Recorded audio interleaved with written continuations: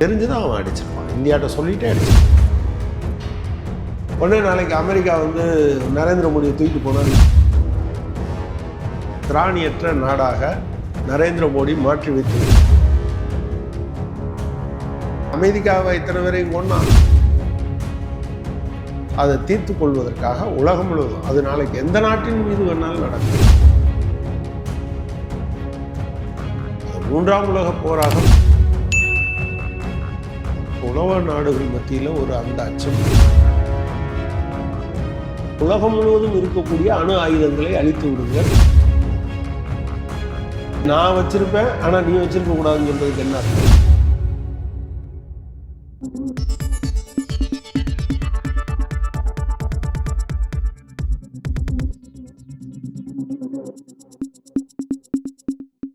News focus Tamil நேயர்களுக்கு வணக்கம். இன்று நம்மோடு இணைந்திருக்கிறார் மார்க்சிஸ்ட் கம்யூனிஸ்ட் கட்சியின் மாநில செயற்குழு உறுப்பினர் கனகராஜ் அவர்கள். சார் வணக்கம் சார். சார், அமெரிக்கா இஸ்ரேல் இணைந்து ஈரான் மீது நடத்திய தாக்குதலில் ஈரானுடைய அதி உயர் தலைவர் அயதுல்லா காமேனி படுகொலை செய்யப்பட்டார். பிப்ரவரி 28 தொடங்கிய தாக்குதல் இந்த மார்ச் 5 நாட்களுக்கு மேலே தொடர்ச்சி நடந்துகிட்டு இருக்கு சார். இரண்டு பக்கமும் தாக்குதல், இரண்டு பக்கமும் ஆனால் சேதாரம் அதிகரிச்சுட்டே இருக்கு. எப்படி சார் பார்க்குறீங்க இதை?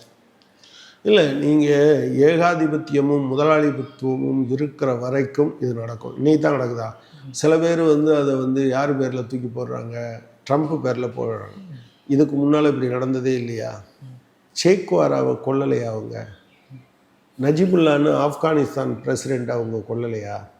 சத்தாம் ஹுசேனை தூக்கில் போடலையா? முஅம்மர் கடாஃபியை கொன்று அவருடைய பிணத்தை கட்டி இழுத்துட்டு போகலையா? நொரேகாவை அவங்க நாட்டிலேருந்து கடத்திட்டு வரலையா? எப்போ கொஞ்ச நாளைக்கு முன்னால் மதுரோவை அந்த மாதிரி பண்ணலையா?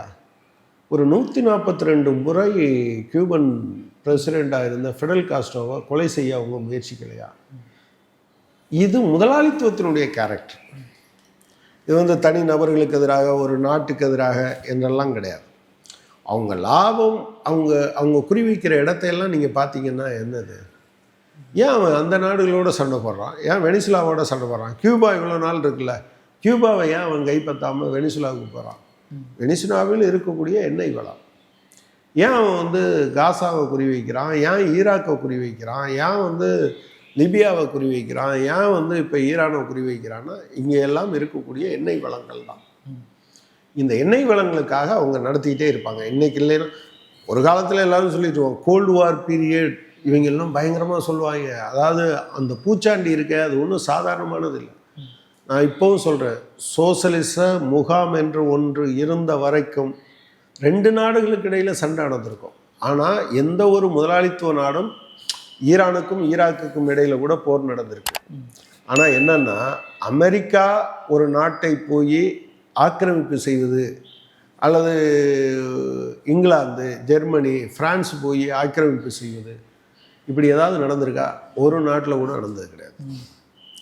இப்போ என்னன்னா, அவனுக்கு ஒரு வலுவான சோசலிச முகாம் இல்லை, சோசலிச நாடுகள் இருக்கு.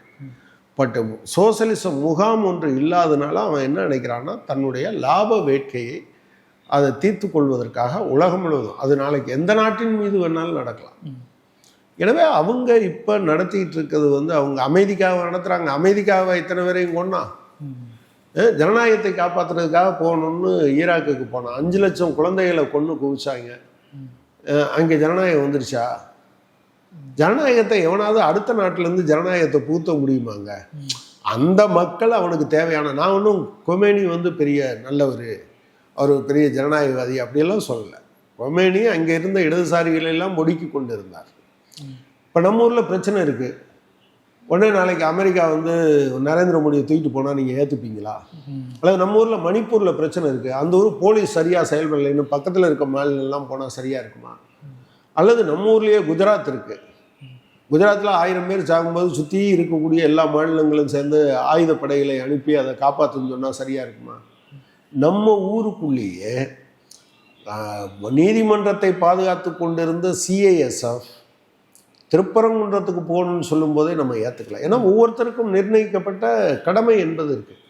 எனவே இவன் யார் இது சொல்றதுக்கு? சார் குறிப்பாக அமெரிக்காவும் சரி இஸ்ரேலும் சரி ஈரான் மீது வைக்கப்படக்கூடிய குற்றச்சாட்டு என்ன அப்படின்னா அணுகுண்டு வந்து தயாரிக்கிறாங்க. இதனால வந்து அமெரிக்க நட்பு நாடுகள் இஸ்ரேல் முதற்கொண்டு ஆபத்தில் இருக்குது. இது ஒரு பயங்கரவாத நடவடிக்கைன்னு சொல்றாங்களே, அதை எப்படி பார்க்குறீங்க? சரி, அமெரிக்காட்ட அணுகுண்டு இருக்கா இல்லையா? இருக்கா இல்லையா? இருக்கு. பிறகு நீ அருவா வச்சுப்ப, நீ கத்தி வச்சுப்ப, நீ பீரங்கி வச்சுப்ப, நீ அணுகுண்டு வச்சிருப்ப, ஆனால் வேற எவனும் வச்சிருக்க கூடாது. அதுக்கு பேர் என்னது? சூப்பர் ரவுடித்தனம். சரி, எனக்கு ஒன்றும் அவன் வந்து அணுகுண்டு வச்சிருக்கானா இல்லையா, அணு ஆயுதம் தயாரிக்கிறானா இல்லையா எனக்கு தெரியாது. ஆனால் ஒரு நாடு அணு ஆயுதம் வைத்திருக்கிறது என்றால் உலகத்தில் இருக்கக்கூடிய எல்லா நாடுகளும் அணு ஆயுதம் வைத்திருப்பதற்கான லெஜிட்டிமேசி ஆட்டோமேட்டிக்காக வந்துடுது இல்லையா? அதனால தான் சொல்கிறோம், உலகம் முழுவதும் இருக்கக்கூடிய அணு ஆயுதங்களை அழித்து விடுங்கள், அணு ஆயுதங்கள் இனி எதையும் உருவாக்காதீங்கன்னு சொல்கிறோம். எனவே நான் வச்சிருப்பேன் ஆனால் நீ வச்சிருக்க கூடாதுன்னு சொல்றதுக்கு என்ன அர்த்தம்? ஐநா சொல்லட்டும், ஐநாவினுடைய மேற்பார்வையில் எல்லாத்தையும் கொண்டு வாங்க பார்க்கலாம். சார், நீங்கள் பேசும்போது குறிப்பிட்டது போல வெனிசுலாவாக இருக்கட்டும், ஈராக்கில் நேரடியாக அமெரிக்கா இறங்கி தாக்குதல் நடத்தினது போல ஏன் வந்து ஈரானில் வந்து அமெரிக்கா நேரடியாக இறங்காமல் இஸ்ரேலை வந்து முன்னிறுத்தி அமெரிக்கா பின்னாடி இருந்து ஆயுத உதவிகள் செஞ்சுட்டு இருக்காங்க சார்? இல்லை, அவங்க அடிச்சிருக்காங்க. எப்போதுமே 4 அமெரிக்க வீரர்கள் இறந்து விட்டார்கள், அவர்களுக்காக என் இதயம் ரத்தம் சிந்துகிறது என்றெல்லாம் பேசியிருக்கார். உன் வீட்டில் 4 பேர் செத்து போனால் உனக்கு எவ்வளோ வருது? ஆனால் உலகம் முழுவதும் எவ்வளவு பேரை இவன் அழித்து கொண்டிருக்கான். இவன் வந்து நீங்கள் அந்த பக்கத்தில் இருக்கக்கூடிய மேற்காசிய பகுதியில் இருக்கக்கூடிய இந்த நாடுகள் எல்லாவற்றிலும் அமெரிக்காவின் படைத்தளங்கள். ஈரான் கூட சொல்லியிருக்கு, நான் கத்தாரை தாக்கலை, ஈரானில் இருக்கக்கூடிய அமெரிக்க தளத்தை தான் நான் தாக்குறேன், நான் அதைத்தான் துபாயில் பண்ணுறேன், அதைத்தான் குவைத்தில் பண்ணுறேன்னு சொல்லியிருக்காங்க. ஸோ அடிப்படையில் அவனுடைய எல்லா படைகளும் அங்கே இருக்கத்தான் செய்யுது. சார், கத்தாராக இருக்கட்டும், துபாயாக இருக்கட்டும், முக்கிய அரபு அமீரகம் போன்ற நாடுகளில் அமெரிக்காவுடைய இராணுவ படைகளுக்கு என்ன வேலை, எதுக்காக நிறுத்தப்பட்டது சார் அங்கே? அதுதான் நீங்கள் வந்து இந்த நாடுகள் எண்ணெய் வளம் இருந்தது, அதை எடுத்து பயன்படுத்துறதுக்கான டெக்னாலஜி அவன்கிட்ட இல்லை. அப்போ இவன் என்ன பண்ணுறான் அப்படின்னு சொன்னால், நீ வா டெக்னாலஜி தாரன்னு பெரும்பாலான எண்ணெய் நிறுவனங்கள் அங்கே போகிறாங்க. அது எல்லாம் அமெரிக்க நிறுவனங்களாக இருக்குது. இங்கே சம்பாதிக்கிற பணத்தை எல்லாம் கொண்டு போய் அமெரிக்க பேங்க்கில் தான் போட்டு வச்சுருக்காங்க. இவங்களுடைய பிள்ளைகள்லாம் கொண்டு போய் அமெரிக்காவில் படிக்க வைக்கிறாங்க. அங்கே படிக்க வைக்கும்போதே மூளை செலவு பண்ணுறாங்க. நான் உனக்கு பாதுகாப்பு தாரேன் அப்படின்னு. ஆயுதம் வச்சிருக்கிறது பாதுகாப்பா? சுற்றிலும் இருக்கிறவர்கள் எல்லோரும் அமைதியாக இருப்பது தான் பாதுகாப்பே தவிர ஆயுதம் வைத்திருப்பது பாதுகாப்பு என்று நினைத்தால் அது மாதிரி எந்த முட்டாத்தனமும் கிடையாது. அதுதானே அடித்து காமிச்சாங்க, ரெட்டை கோபுரத்தை தகுத்த மாதிரி இன்னொரு இடத்துல அதுவே ஒரு அணு ஆயுதமாக இருந்தது தான் என்னத்துக்கு ஆயிருந்திருக்கும். எனவே நான் என்னை பாதுகாத்து கொள்வேன், நான் சேஃபாக இருப்பேன். அது என்ன ஸ்டார் வார் திட்டம்னு வச்சுருந்தாங்கல்ல, அந்த மாதிரிலாம் அதாவது எங்கேருந்து எங்கள் நாட்டை தாக்கணுன்னாலும் அது முடியவே முடியாது, வர்ற வழியிலே அப்படி தானே இஸ்ரேலும் சொன்னான். ஆனால் இப்போ அடி வாங்கிட்டு இருக்கான். ஸோ உலகம் முழுவதும் இருக்கக்கூடிய இயற்கை வளங்களை தன்னுடைய கட்டுப்பாட்டிற்குள் கொண்டு வருவதற்கான முயற்சி தான். ஓகே சார், குறிப்பாக வந்து நேற்றைய தினம் இந்தியாவுடைய இராணுவத்துடன் சேர்ந்து ஈரான் படைகள் வந்து பயிற்சியை வந்து மேற்கொண்டாங்க. பயிற்சியை முடிச்சுட்டு இந்திய பெருங்கடலில் வந்து போகும்போது ஐரிக்ஸ் டீனா கப்பலோட பேர், அந்த கப்பலை அமெரிக்காவுடைய நீர்மூழ்கி கப்பல் வந்து நேரடியாக தாக்குதல் செலுத்தி அடிச்சிருக்காங்க. குறிப்பாக இந்திய பெருங்கடல், இந்திய பிராந்தியத்துக்குள் நடந்த தாக்குதல் எப்படி சார் பார்க்குறீங்க? இந்தியா ஒரு பேசுறதுக்கு திராணியற்ற நாடாக நரேந்திர மோடி மாற்றி வைத்து விட்டார் என்று பொருள். சரி, ஆயுதமற்றவர்களை, நீங்கள் போர் முனையில் கூட ஆயுதமற்றவர்களை, போர் முனையில் கொல்லப்படாமல் இருப்பதற்கு என்ன பண்ணுவாங்க, ஆயுதம் வச்சுருந்தா கூட ஆயுதத்தை கீழே போட்டு கையை வசதிட்டான். ஆயுதமே இல்லைன்னு தெரிகிற ஒரு கப்பலை இது பண்ணுறான். என்னுடைய பிராந்தியத்திற்குள் அது இருக்கிறது. ஆனால் இதை பேசுகிறதுக்கு இந்தியா தயாராக இல்லையே. இது தெரிஞ்சு தான் அவன் அடிச்சிருப்பான், இந்தியாட்ட சொல்லிகிட்டே அடிச்சிருப்பான். குறிப்பாக இப்போ அர்மூஸ் நீரிணை வந்து மூடப்படக்கூடிய வாய்ப்பு 91% மூடிட்டாங்கன்னு சொல்லி ஒரு வாதம் இருக்குது. இந்த அர்மூஸ் கால்வாய் மூடப்படுறது மூலிமா இந்தியாவுடைய வர்த்தகம் வந்து எந்த அளவு பாதிக்கப்படக்கூடிய சூழல் இருக்குது சார்? இதனால் மட்டும் பாதிக்கப்படாதுங்க. ஏற்கனவே தான் அமெரிக்கா சொல்லிடுச்சேன். நீங்கள் வந்து பார்த்தீங்கன்னா ஈரான் நமக்கு வந்து அவங்க நாட்டு கச்சா எண்ணெய் தருவதற்கு முன் வந்தது. ரஷ்யா நேற்று பேப்பர்லேயோ முந்தானல் பேப்பர்லேயோ பெரிய செய்தி பார்த்துருப்பீங்க. இந்தியாவினுடைய தேவையில் 45% இறக்குமதி செய்து கொண்டிருந்த இந்தியா மிக குறைவாக இந்த காலத்தில் 20%க்கு குறைஞ்சிருக்குன்னு. அந்த முனை மூடப்பட்டதுனால பாதிக்கப்படுமா இல்லையாங்கிறது இல்லை, அமெரிக்காவுக்கு ஒத்துக்கொண்டு வந்ததுனாலேயே ஏராளமாக கைவிட்டுட்டு இருக்காங்க.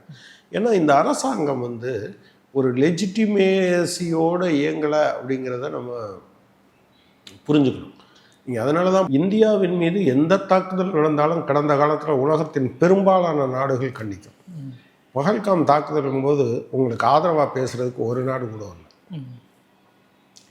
பாகிஸ்தானுக்கு கூட துருக்கி சப்போர்ட் பண்ணால் இன்னும் 2 நாடுகள் சப்போர்ட் பண்ணிச்சு. ஏன் நமக்கு யாருமே வரல? எவனை அடித்தாலும் அமெரிக்கா அடித்தாலும் நீங்கள் ஆமாசாமி போடுற உங்களுக்காக எவனும் பேச வர மாட்டான். எனவே நீங்கள் பேசலை, இந்திய அரசாங்கம் பேசலை, நமக்கு என்ன, நம்ம சோறு குறைஞ்சி போகுதான்னு நினைக்காதீங்க. உங்களை அடித்தா எவனும் பேச மாட்டாங்கிறது தான் அதுக்கு. ஓகே சார், இப்போ 5 நாட்களுக்கு மேலே வந்து போர் நடந்துகிட்டு இருக்கு. குறிப்பாக அமெரிக்காவோட அவ்வளோ பெரிய ஆயுத பலங்கள் இருக்குது, இஸ்ரேல் டீம் அவ்வளோ அதிகமான ஆயுத பலங்கள் இருக்குது. அப்படி இருக்கும் 2 நாடு தாக்குதல் செலுத்தும் போதும் ஈரானை எப்படி சார் தாக்கு பிடிக்க முடியுது? ஏன்னா பல ஆண்டுகளாக பொருளாதார தடையில தான் ஈரான் இருக்குது. இப்படி தாக்கு பிடிக்கிறாங்க, அவங்க ஆயுதம் வந்து எப்படி சார் கிடைக்குது? இல்லை நீங்கள் அவங்க உற்பத்தி செஞ்ச கச்சா எண்ணெயில் பெரும்பகுதி, அவங்க ஏற்றுமதி செஞ்ச கச்சா எண்ணெயில் 40% வரை அவங்க வந்து சீனாவுக்கு கொடுத்தாங்க. சீனாவினுடைய ஒட்டுமொத்த தேவையில் கிட்டத்தட்ட 17-18% அவங்க இங்கேருந்து தான் வாங்கிட்டு இருந்தாங்க. அதே போல் இந்தியா எண்ணெய் வாங்கிட்டு இருந்தது, அந்த எண்ணெய் வளம். ஸோ அவங்க வந்து பொருளாதார தடை இருந்ததுங்க. நீங்கள் இவங்கள கொஞ்ச நாளாக சொல்கிறீங்க. கியூபாவுக்கு மீது பொருளாதார தடை 65 வருஷம். கியூபான்னு நீங்கள் பெரிய நாடாக நினைக்காதீங்க. பழைய சென்னை மாநகராட்சி இருக்குல்ல, தாம்பரம் ஆவடி எல்லாம் பிரிக்கிறதுக்கு முன்னால் அதை விட சின்ன மக்கள் தொகை கொண்டது, குறைவாக மக்கள் தொகை கொண்டது. அப்போ ஒரு 2-3 வருஷத்துக்கு முன்னால் பார்க்கும்போது நம்ம 1,05,00,000, அவங்க 1 கோடிக்கு பக்கத்தில் 65 வருஷமாக தாக்கு பிடிச்சி நிற்கிறாங்க. சத்தாம் ஹுசேன் அந்த தாக்கப்பட்ட காலத்தில் அந்த பாக்தாத் நகரத்தினுடைய கம்பங்களில் எல்லாம் இருந்த ஒரு வாசகம் அவர் சொன்னது, அதாவது லட்சியங்களை கொள்ளுகிற ஆயுதத்தை உலகில் எவனும் கண்டுபிடிக்கவில்லை. மக்கள் சுதந்திரத்தை நேசிக்கிற மக்கள் இருக்க வரைக்கும், கடைசி ஆள் இருக்க வரைக்கும் போராடி சாவானே தவிர சரண்டர் ஆகி போயிட மாட்டான் என்பதற்கான உதாரணம் தான் ஒரு ரோக் நாடு இஸ்ரேல். இன்னொரு பக்கம் ஒரு ஒரு ஒரு எல்லா ஆயுதங்களும் என்னிடம் இருக்கிறது. ஸ்வீடனில் என்னுடைய படைகளை நிறுத்தணும், விமானத்தை நடத்தணும்னு கேட்டால் ஸ்வீடன் முடியாதுன்னு சொன்னால், அதெல்லாம் நீ தடுக்க முடியாது, எங்கே வேணாலும் பண்ணுவேன்னு நேற்று வர சொல்லிகிட்டு இருந்தாங்க. நீ கனடா சொல்லிடுச்சு உனக்கெல்லாம் நான் ஒத்துழைக்க முடியாது அப்படின்னு. ஸ்லோவாக இது பில்டப் ஆகும். நீங்கள் எந்த ஒரு சின்னஞ்சிறு நாட்டின் மீதும் அவர்கள் அடித்தாலும், எனவே அடித்தோம் அதோட முடிஞ்சு போச்செல்லாம் வர முடியாது. இது எல்லாவற்றிற்கும் அமெரிக்கா பதில் சொல்ல வேண்டிய நிலை. வளைகுடா நாடுகளில் நடக்கக்கூடிய இந்த போர் பதட்டமான சூழல் ஒரு 3ஆம் உலகப் போரை நோக்கி நகரத்துக்கான வாய்ப்பு இருக்கா சார்? அப்படி எனக்கு சொல்ல முடியுமான்னு தெரியலை. ஏன்னா எல்லா நாடுகளுமே ஒரு அப்படி ஃபுல் ஃப்ளெஜ்டு வார், ஒரு 3வது உலக யுத்தம், நீங்கள் கட்டைகளால் அடித்து கொண்டிருந்த காலம் போய், வில் அம்புகளால் அடித்து கொண்டிருந்த காலம் போய், விலங்குகள் மோதிக்கொண்ட காலம் போய், இப்போ என்ன ஆயிடுச்சுன்னா நேரடியாக மனுஷன் தலையிடாமல் ட்ரோனை அனுப்பி அடிக்க முடியும். கண்டம் விட்டு கண்டம் பாயும் ஏவுகணைகள் வந்துருச்சு. இந்த மாதிரியான காலத்தில் உங்கள்கிட்ட மட்டுமே நீங்கள் இந்த சொல்லுவாங்கல்ல படத்தில், சினிமா, நீ வெட்டினா மட்டும்தான் வெட்டுமா, நாங்கள் வெட்டினாலும் வெட்டோம் அப்படின்னு சொல்லுவாங்கல்ல. ஸோ வெட்டுவது என்று ஆரம்பித்தால் அதற்கு முடிவு இருக்காது. ஸோ உலக நாடுகள் மத்தியில் அந்த அச்சம் இருக்குது. அது 3ஆம் உலக போராக மாறாது. ஒரு அமெரிக்காவுக்கு ஒரு கிரைசிஸில் அது முடியும்னு நான் நினைக்கிறேன். அமெரிக்காவினுடைய நண்பர்களாக இருக்கக்கூடியவர்கள் அதற்கு எதிரான ஒரு அணிதிரட்டலுக்கு உண்மையிலேயே இந்த கோல்டு வார் பீரியட்னு அவங்க சொல்கிற பீரியட் முடிஞ்ச பிறகு ஒரு துருவ உலகமாக, அதாவது அமெரிக்கா என்ன சொல்லுதோ அதை எல்லாம் கேட்குறது மாதிரியான ஒரு உலகத்தை நோக்கி நகர்வது போன்ற தோற்றம் இருந்தது. ஆனால் பிராந்திய அளவிலான ஒத்துழைப்பு, ஷாங்காய் கூட்டுறவு, பிரிக்ஸு, சார்க்கு, அப்புறம் அதே போல் நீங்கள் லத்தீன் அமெரிக்க நாடுகள் எல்லாம் சேர்ந்த கூட்டு, யூரோப்பியன் யூனியன் எல்லாம் சேர்ந்த கூட்டு, இப்படி பார்த்தீங்கன்னா இருதுருவ உலகமாக இருந்தது. ஒரு துருவ உலகமாகும் என்று இவர்கள் கனவு கொண்டு இருந்தபோது அது பல்துருவ உலகமாக மாறியது என்பது அமெரிக்காவுக்கு ஒரு மிகப்பெரிய ஒரு சேலஞ்சிங்காக வந்துருச்சு. எனவே அவங்க மீண்டும் ஒரு துருவ உலகத்தை உருவாக்க நினைக்கிறார்கள். நிச்சயமாக அது நடக்காது என்று தான் நான் கருதுகிறேன். மூன்றாவது உலகப் போர் என்று ஒன்று வருவதற்கான வாய்ப்பு இருப்பதாக நான் நினைக்கல. இந்த குறைஞ்சபட்சம் ஒரு சிங்கிள் சேன் வாய்ஸ் இருக்க வரைக்கும் இதை தடுத்துக்கிட்டு தான் இருக்கும்னு நினைக்கிறேன். நீங்கள் அடித்தா எதிரி மட்டும் சாவான் என்கிற நிலைமை இல்லை, நீங்களும் கொல்லப்படலாம் என்பது இருந்து கொண்டே தான் இருக்கிறது. நீங்கள் இப்போ அமெரிக்கா பண்ணுறது மாதிரியான அதே துல்லியத்தோடு தாக்குதல் தொடுப்பதற்கான வாய்ப்பு இருக்கிற சில நாடுகள் இருக்குது. ரஷ்யா இருக்குது தானே, சீனா இருக்குது தானே, வேறு சில நாடுகள் இருக்குது தானே. அப்போ அவங்கெல்லாம் எல்லாரும் சேர்ந்தால் என்ன நடக்கும்? 2 பேரும் கூடி சாவோன்னு முடிவெடுக்கலாமே தவிர அதை தவிர வேறு எதுவும் இருக்காது. எனவே 3ஆம் உலகப் போர் வரும் என்று நான் கருதவில்லை. ஓகே சார், இவ்வளோ நேரம் நிகழ்வில் கலந்து கொண்டு பல்வேறு கருத்துக்களை பயந்தவங்களுக்கு நன்றி சார். நன்றி.